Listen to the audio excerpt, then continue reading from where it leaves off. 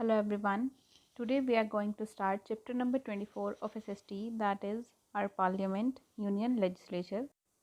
तो इस चैप्टर में हम पढ़ेंगे कि जो हमारी गवर्नमेंट है, सरकार है, वो किस किस तरीके की होती है और जो इंडिया में है वो कौन सा सिस्टम फॉलो किया जाता है, लोकसभा क्या होती है, राज्यसभा क्या होती है, प्राइम मिनिस्टर कौन होता है, प्रेसिडेंट के क्या फंक्शंस होते हैं, इस सब के बारे में हम इस चैप्टर में पढ़ेंगे। तो स्टार्ट करते हैं इंट्रोडक्शन से। India is a democratic country. A democratic country is one in which people of the nation participate in the function of the government and there is a political, social and economic equality. Fundamental rights are guaranteed to all citizens irrespective of caste, class, creed or gender. An important feature of democratic government is that it is responsible to the people.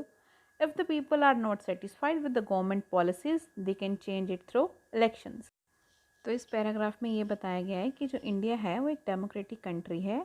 यहाँ पे सरकार जो है वो लोगों के द्वारा चुनी जाती है और जो हमारे फंडामेंटल राइट्स हैं वो सारे सिटीज़न यानी कि नागरिक को मिलते हैं, बावजूद किसी क्लास, कास्ट और जेंडर के बेस पे कोई भी भेदभाव नहीं किया जाता। और जो सबसे इम्पॉर्टेंट फीचर है एक डेमोक्रेटिक गवर्नमेंट का वो ये है कि ये जो सरकार है ये लोगों के लिए रिस्पॉन्सिबल होती है। अगर लोग ही सेटिस्फाइड नहीं होते गवर्नमेंट की पॉलिसीज से तो ये अपनी सरकार को बदल सकते हैं बाय इलेक्शंस। अब जो डेमोक्रेटिक गवर्नमेंट है वो भी दो तरीके की होती है, एक तो होती है प्रेसिडेंशियल फॉर्म ऑफ गवर्नमेंट, एक होती है पार्लियामेंट्री फॉर्म ऑफ गवर्नमेंट। अब हम पढ़ेंगे प्रेसिडेंशियल और पार्लियामेंट्री फॉर्म ऑफ गवर्नमेंट में क्या फ़र्क होता है। In a parliamentary form of government, the Prime Minister is the real head of the government. The Prime Minister is the leader of the majority party in the parliament. The Prime Minister chooses the ministers to form the Council of Ministers. The government, which is directly elected by the people, stays in power for its full term as long as it has the support of the majority. For example, India has a parliamentary form of government. Parliamentary government वो सरकार होती है जहाँ पे जो head है वो prime minister होता है। और प्राइम मिनिस्टर कौन होता है? पार्लियामेंट में जो भी पार्टी जीतती है, जिसकी भी मेजॉरिटी होती है, उसका जो लीडर होता है वो प्राइम मिनिस्टर होता है और फर्दर वो अपने मिनिस्टर को चूज़ करता है अलग अलग स्टेट्स के लिए। और इसी तरह हमारी जो इंडियन गवर्नमेंट है वो पार्लियामेंट्री फॉर्म ऑफ गवर्नमेंट है। अब स्टार्ट करेंगे प्रेसिडेंशियल फॉर्म ऑफ गवर्नमेंट। इसमें क्या होता है? The president is the real head in the presidential form of government. The president is elected directly by the people and is not responsible to the legislature. The president is not necessarily from the majority party that wins the majority in the parliament. For example, US of America has presidential form of government. तो presidential form of government में जो real head है वो president को माना गया है। सारी की सारी पावर्स जो होती हैं वो प्रेसिडेंट के पास होती है, ना कि प्राइम मिनिस्टर के पास। यहाँ पे जो प्रेसिडेंट है वो लोगों के द्वारा ही इलेक्ट किया जाता है और ऐसा ज़रूरी नहीं है कि जो प्रेसिडेंट है वो हमेशा मेजॉरिटी पार्टी का ही हो। लेकिन पार्लियामेंट्री फॉर्म ऑफ गवर्नमेंट में क्या था कि जो प्राइम मिनिस्टर था वो हमेशा उसी पार्टी का होगा जो भी पार्टी मेजॉरिटी में इलेक्शन जीतेगी। तो ये थी हमारी both type of governments, one is parliamentary form of government and other is presidential form of government. Basic सा फ़र्क दोनों में यही है कि पार्लियामेंट्री में जो हेड होगा वो प्राइम मिनिस्टर होगा और प्रेसिडेंशियल में जो हेड होगा वो प्रेसिडेंट होगा। अब हम पढ़ेंगे why India choose a parliamentary democracy, कि इंडिया ने पार्लियामेंट्री फॉर्म को ही क्यों चुना। तो पढ़ते हैं। India chose a parliamentary form of government because our leaders were already familiar with the British parliamentary system. The Nehru Report also envisaged a parliamentary democracy. Moreover, this form of government is truly representative of the people. The President in India holds a position of great dignity, but all power is vested with the Prime Minister and the Council of Ministers.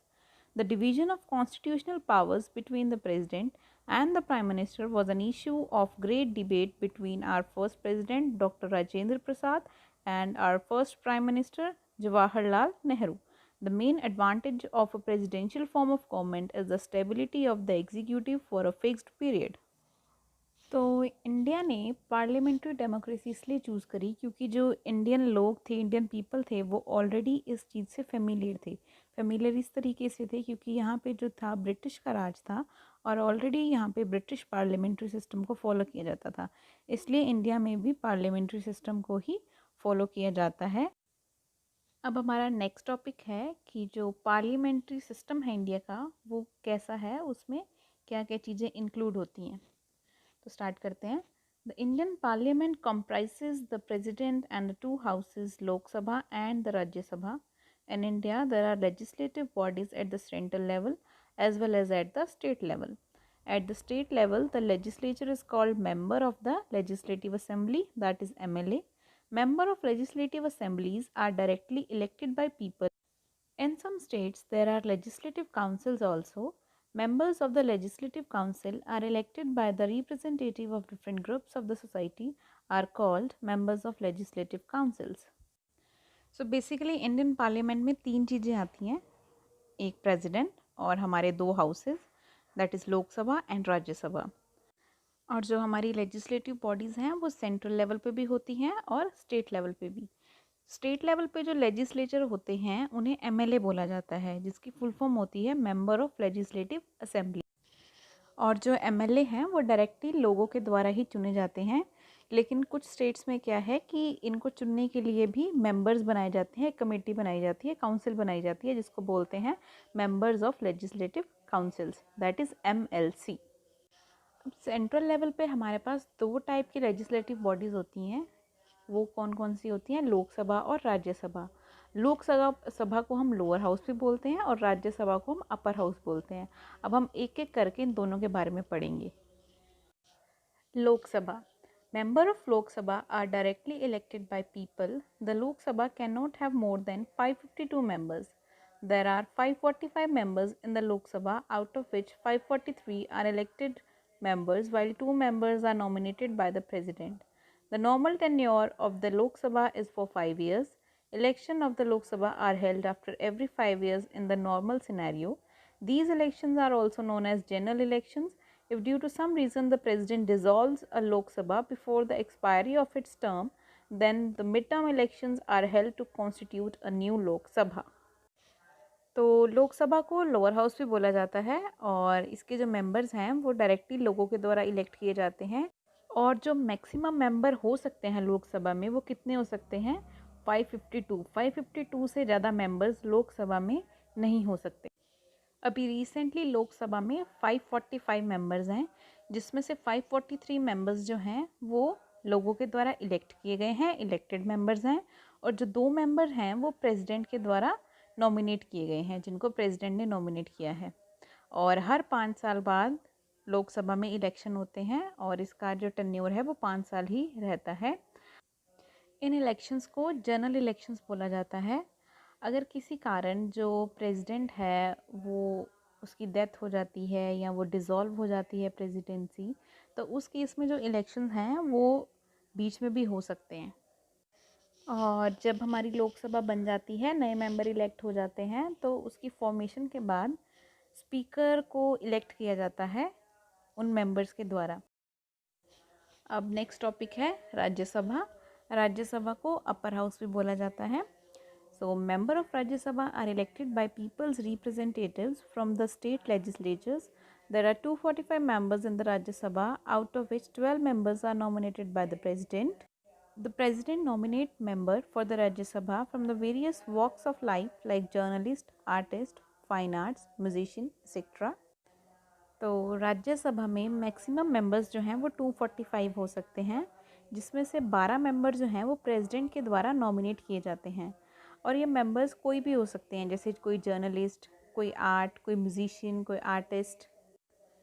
और लोकसभा की तरह राज्यसभा की कोई भी fix term नहीं होती है। जैसे लोकसभा में 5 साल के बाद इलेक्शंस होते हैं, लेकिन राज्यसभा में ऐसे कुछ नहीं होता। राज्यसभा में 1/3 मेंबर जो हैं इसके वो हर साल रिटायर होते हैं, हर 2 साल बाद रिटायर होते हैं और नए मेंबर्स इलेक्ट किए जाते हैं।